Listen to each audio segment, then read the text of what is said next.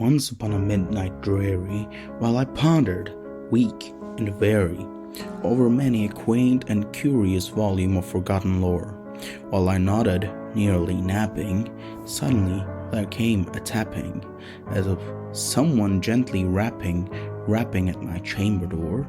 "'Tis some visitor," I muttered, tapping at my chamber door. Only this, and nothing more.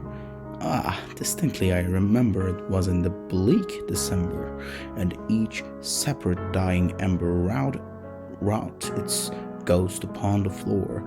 Eagerly I wished to the morrow, vainly I had sought to borrow from my books a cease of sorrow for the lost Lenore, for the rare and radiant maiden whom the angels name Lenore, nameless here forevermore. And the silken, sad, uncertain rustling of each purple curtain thrilled me, filled me with fantastic terrors never felt before, so that now, to still the beating of my heart, I stood repeating, "'Tis some visitor entreating entrance at my chamber door, some late visitor entreating entrance at my chamber door. This it is, and nothing more." Presently my soul grew stronger, hesitating then no longer. "Sir," said I, "or madam, truly your forgiveness I implore, but the fact is I was napping, and so gently you came rapping, and so faintly you came tapping at my chamber door, that I scarce was sure I heard you. Here I opened wide the door, darkness there, and nothing more." Deep into that darkness peering, long I stood there wondering, fearing, doubting, dreaming dreams no mortal ever dared to dream before. But the silence was unbroken, and the stillness gave no token, and the only word there spoken was the whispered word "Lenore." This I whispered, and an echo murmured back the word "Lenore." Merely this, and nothing more. Back into the chamber turning, all my soul within me burning. Soon again I heard a tapping somewhat louder than before. "Surely," said I, "surely that is something at my window lattice. Let me see then what thereat is, and this mystery explore. Let my heart be still a moment, and this mystery explore. 'Tis the wind, and nothing more." Open here I flung the shutter, when with many a flirt and flutter in there stepped a stately raven of the saintly days of yore. Not the least obeisance made he, not a minute stopped or stayed he, but with mien of lord or lady perched above my chamber door, perched upon a bust of Pallas just above my chamber door, perched and sat, and nothing more.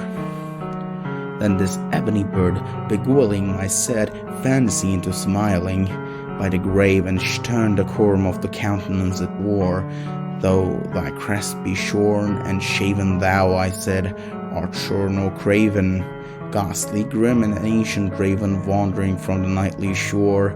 Tell me what thy lordly name is on the night's Plutonian shore." Quoth the raven, "Nevermore."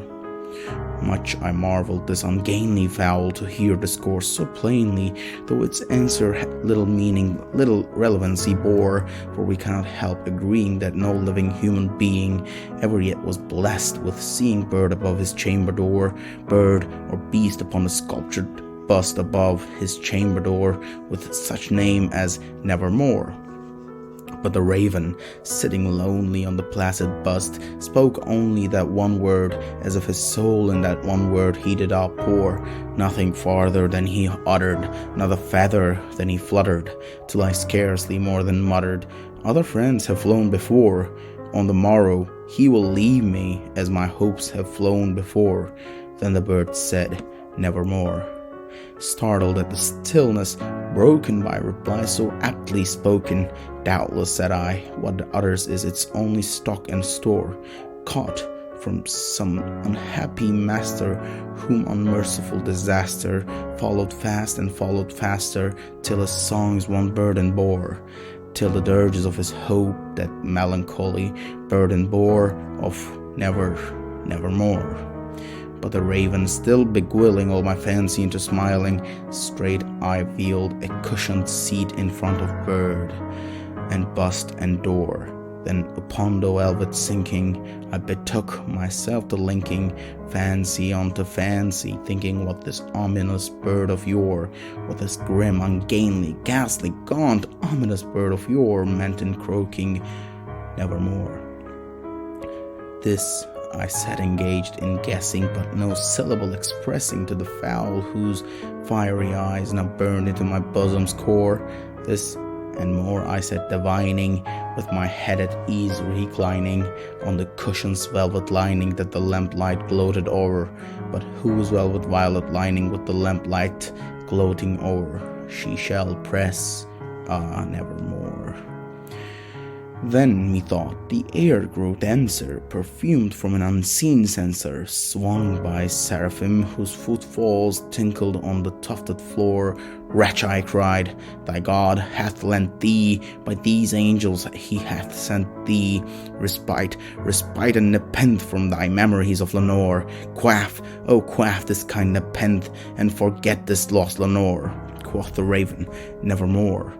Prophet, said I, a thing of evil, prophet still if bird or devil, whether tempter sent, or whether tempest tossed thee here ashore, desolate, yet all undaunted, on this desert land enchanted, on this home by horror haunted.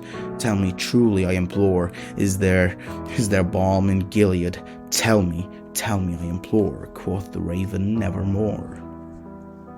Prophet, said I, think of evil, prophet still, if bird or devil, by that heaven that bends above us, by that God we both adore, tell the soul with sorrow laden if, within the distant Aidenn, it shall clasp a sainted maiden whom the angels name Lenore, clasp a rare and radiant maiden whom the angels name Lenore, quoth the raven, nevermore.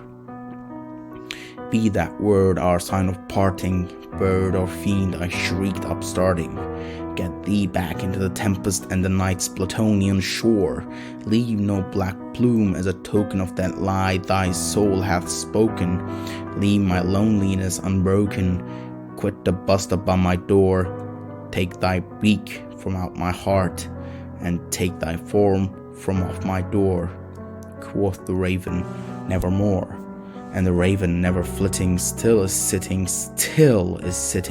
on the pallid bust of Pallas just above my chamber door, and his eyes have all the seeming of a demon's that is dreaming, and the lamplight o'er him streaming throws his shadow on the floor, and my soul from out that shadow that lies floating on the floor shall be lifted nevermore.